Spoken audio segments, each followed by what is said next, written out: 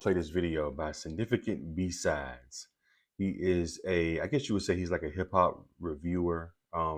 Pretty dope channel, man. Y'all should go ahead and check out his channel, Significant B-Sides. But he gets into he gives his opinion about Drake, and some of this stuff I kind of agree with. Let me go ahead and play this video. Hit that thumbs up button. Come back to my of the bad things in their life, of the bad relationships they've been in. I've never heard a 36-year-old man complain that their 25-year-old girlfriend that they got by spending money on and taking them to nice trips is too shallow and materialistic and can't cook.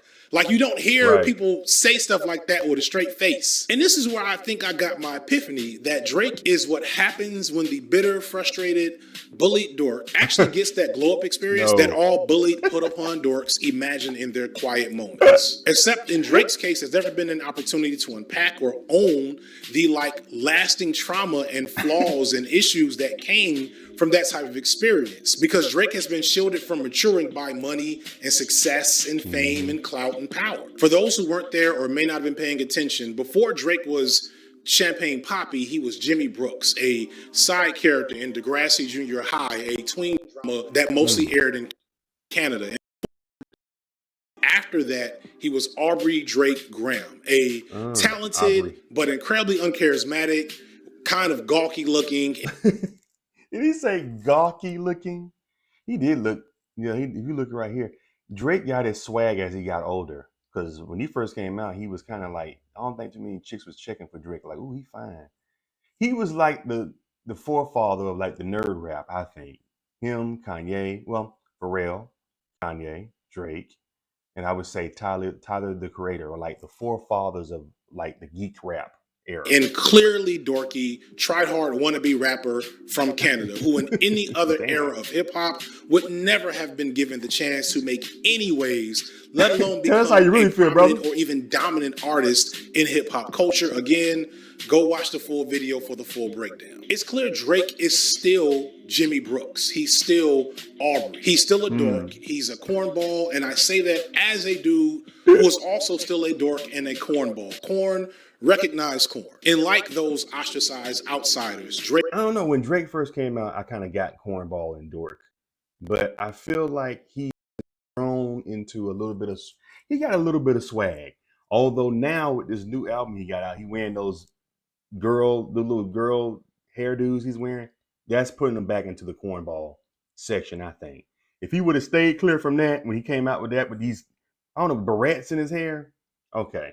Drake clearly desired not just acceptance in the culture that he had his eye on, but glory in the eyes who shunned him. Drake loved hip hop and was a fan of the pure, highly respected, street credible rappers in the game at the time when he was coming up. This is what makes his clapback to Joe Budden, who was a mid-2000s hardcore lyricist that's now a podcaster, so funny. Because Drake jokes that Joe Budden wasn't successful and quit hip-hop because he couldn't make any money out of it, despite the fact that he was highly respected for his lyrical prowess. Drake said that Joe Budden would do shows with only all wearing baggy NYC jeans and some other funny roast.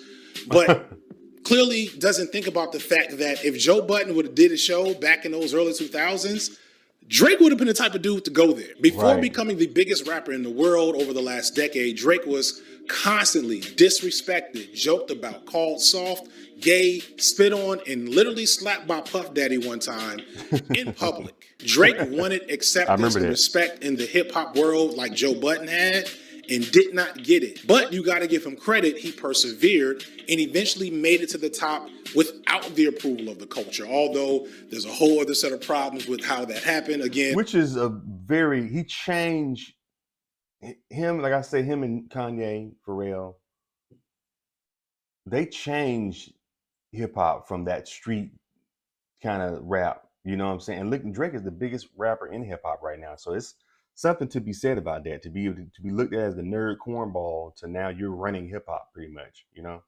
and go watch the other video. And now at the top, after all he went through to get there, from what I can get from Drake's music and petty behavior, he doesn't seem to feel any different about himself. He doesn't seem to have learned anything through that experience. He hasn't grown at all musically and probably not personally. He comes off just as awkward and oblivious and insecure. And it doesn't help that his song and lyrics complaining about bad girlfriends and haters all the time just makes it sound even goofier. Drake rapping about being hated and put upon and bullied made sense in 2012 and 2011 when he was still hip hop's underdog. But now it just sounds like a dude that doesn't know what's going on around him. The irony is that even with the level of success that Drake has had and the money that he's made and the women that he's been with, I think he would trade positions with Joe Budden in a heartbeat.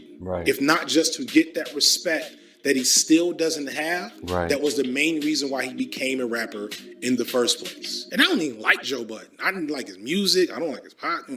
Anyway, to me, this is what happens when you have that loser outcast experience and you only externalize it and never process or seek to grow from it in a more productive way. Like if you take the stereotypical incel fantasy is to glow up and do some looks maxing, get a job, or strike it rich with some NFT, Bitcoin dropship stuff. And that will make you into the guy you imagine has always been incredibly successful with women and in life and has never been made to feel how you are often made to feel by the environment or community you're in. But that's not reality, or at least it's not for most people aside from Drake. But it feels like Drake's goals for getting to the top were external. And now, although he's more wealthy and better dressed and better looking, it still seems like internally he feels like a loser, or it's coming across in his music. And maybe he has more romantic options, but he's struggling to find fulfillment and value out of those partnerships and out of that success. He still smells of death. It says something to be said about that. That a lot of cats who feel like they're unworthy, they the lame, they've been played by girls. They've been, they looked at as outcasts, can't get no chick. You know what I'm saying?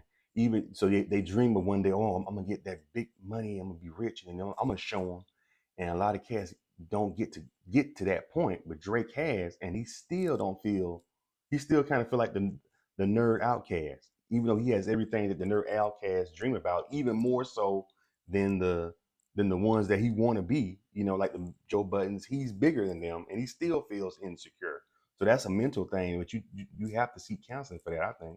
Desperation. He still sounds exactly how he sounded in 2010. The lesson here is that without an actual process of working through trauma and pain, it keeps you in that headspace. I want to be clear, I'm not trying to insinuate that people who have been bullied and been victims of community ostracism deserve that treatment, and that's what they need to unpack. That's not what I'm getting at. What I'm getting at is that regardless of why you have experienced mistreatment, you can't just make that your defining core characteristic for how you keep moving through the world. You have to find more than that, or that is all you're going to be limited to no matter what else you do for the rest of your life. You'll never be able to enjoy any success or progress that you've built for yourself after that treatment ends. You'll end up like Drake, sending mean DMs to Anthony Fantano at 11 o'clock at night just to call him a loser for not liking your music. Yes, this is a real thing that Drake did. I genuinely feel bad for how Drake was treated when he entered the game. Again, you have to have been there. It was like there's a kid that gets bullied at the popular lunch table, but that kid comes back to that lunch table every day to get the same treatment, except the lunch table is hip-hop radio and the hip-hop blogosphere of the late 2000s. That had to have had a scarring effect. And I know what that feels like, to have people hate you online for ridiculous or stupid reasons. And I also know from experience that hyper-focusing on that treatment and making all of your art or work about your persecution and responding to every little petty issue or disagreement that you might have with internet trolls, that's not the sign of a secure person with better things to do. And I genuinely hope there's a future where Drake figures this out. Maybe does some self-reflection or therapy or something. Because Drake... Anyway, guys, that's you can watch the rest of it on Significant B-Sides.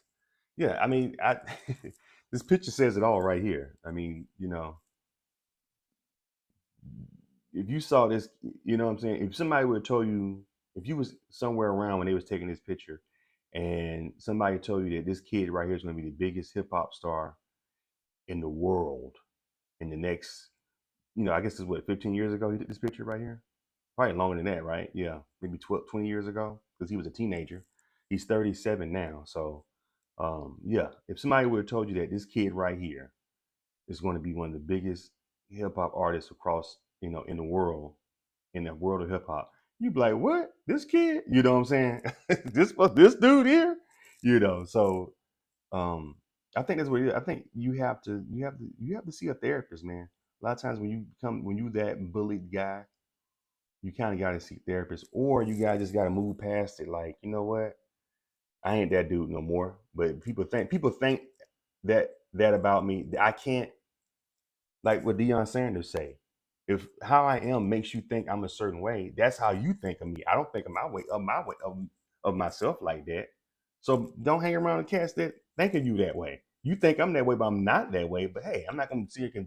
Who are you to convince that I'm not that way? You know what I'm saying? Move on with your life. But Drake probably got a lot of demons he got to deal with. I think when Joe Budden came out and said what he said, that triggered those days of probably getting bullied, being looked at. You finna be a rapper? You're nerdy behind. You know what I'm saying? So I don't know. 'Cause I'm pretty sure he probably was running around saying that. He did. But he had to have some level of skills because look who put him on. Birdman, Lil Wayne, who else backed him? Jay Prince. All those cats are straight hardcore street cats that co-signed Drake. They gave Drake, you know what I'm saying? So it's like if and they're like they're Lil Wayne, Baby, who I said, Jay Prince, who was not a rapper, but he represented Scarface. He had a hardcore hip hop label that a lot of these cats that would bully Drake listen to. Lil Wayne, especially, he's always looked at as like a street dude, you know what I'm saying, who got the girls, who bullied people like Drake. He signed Drake. So it's like, you know what I'm saying? Anyway, man, what do y'all think, man? Leave your comments. Subscribe to Charles and Ezra. Appreciate it.